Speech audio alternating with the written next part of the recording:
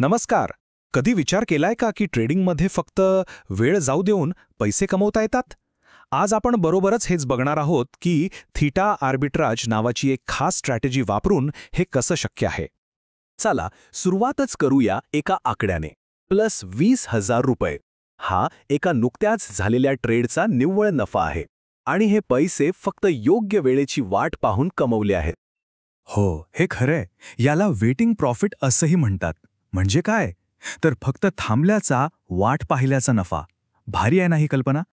ठीक आहे, तर मग ही नवीन स्ट्रॅटेजी समजून घेण्यासाठी ना आपण आधी एक यशस्वी झालेला ट्रेड बघूया. म्हणजे तो कसा जिंकला हे कळलं की पुढचा मार्ग एकदम सोपा होऊन जाईल. तर ट्रेड काय होता? BTC covered call. म्हणजे BTC तर होतंच, पण त्यावर एक कॉल विकला गेला 77,000चा, जो होता आउट ऑफ द मनी. म्हणजे सध्याच्या प्राईसपेक्षा खूप दूर. आणि यातून क्रेडिट किती मिळालं? सरळ ₹20,000. झालं काय? मार्केट फार हल्लंच नाही, फक्त 1.3% वर गेलं. परिणाम? तो कॉल एक्सपायर झाला, वर्थलेस, आणि ते 20,000 पूर्णच्या पूर्ण खिशात. मग हे यशस्वी का झालं? 3 कारणं होती. पहिलं, हाय प्रोबॅबिलिटी. OTM स्ट्राईक होती, त्यामुळे जिंकण्याची शक्यता होती तब्बल 75%. दुसरं, आणि हे सगळ्यात महत्त्वाचं आहे, टाइम डिके. ऑप्शनची व्हॅल्यू रोज ₹700पेक्षा जास्त कमी होत होती, आपोआप.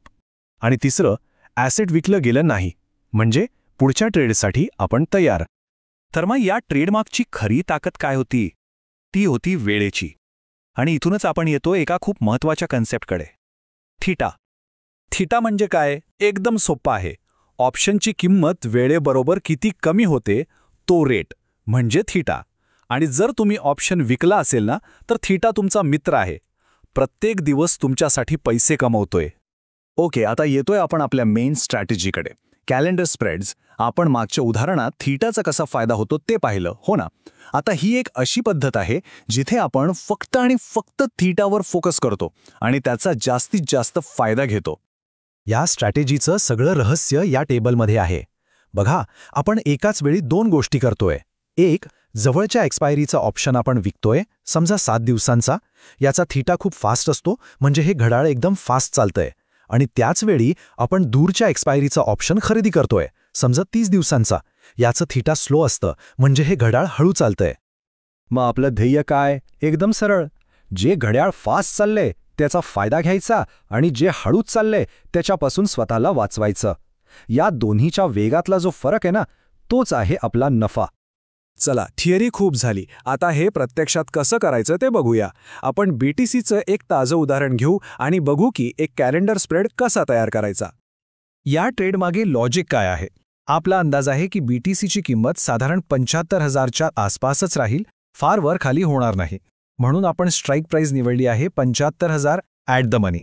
आणि ट्रेड कधी घ्यायचा? जेव्हा किंमत या रेंजमध्ये असेल आणि मार्केटमध्ये अस्थिरता म्हणजे व्हॉलॅटिलिटी जास्त असेल, तेव्हाच. हा स्प्रेड एक्झिक्यूट करणं म्हणजे फक्त 3 सोप्या स्टेप्स. 1. जवळच्या एक्सपायरीचा म्हणजे 7 दिवसांचा 75,000चा कॉल विका. 2. दूरच्या एक्सपायरीचा म्हणजे 30 दिवसांचा त्याच स्ट्राईकचा कॉल खरेदी करा. आणि 3. या दोघांचा किमतीतला जो फरक आहे, ज्याला नेट डेबिट म्हणतात, तो पे करा. हीच आपली इन्व्हेस्टमेंट. आणि या केसमध्ये ते नेट डेबिट आहे प्रति लॉट ₹1,300. म्हणजे हा ट्रेड सुरू करायला एकूण खर्च येतोय ₹32,500. कोणताही ट्रेड घ्या, त्यात सगळ्यात महत्त्वाचं काय असतं? रिस्क आणि रिवॉर्ड. चला, आता या ट्रेडच्या फायनान्शियल बाजूकडे वळूया. या स्ट्रॅटेजीची सगळ्यात भारी गोष्ट काय माहिती आहे? यातली रिस्क लिमिटेड आहे. म्हणजे जास्तीत जास्त नुकसान किती होऊ शकतं? तर जेवढे पैसे आपण सुरुवातीला गुंतवलेत तेवढेच. या उदाहरणात ₹32,500.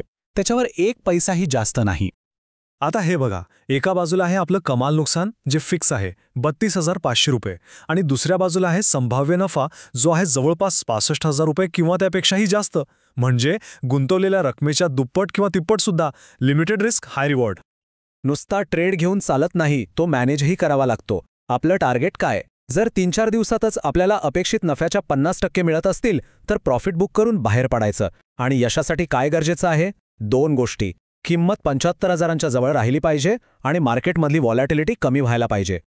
ओके, तर एका ट्रेडबद्दल बोलून झालं, पण आता जरा लांबून बघूया. ही स्ट्रॅटेजी लाँग टर्ममध्ये कशी परफॉर्म करते.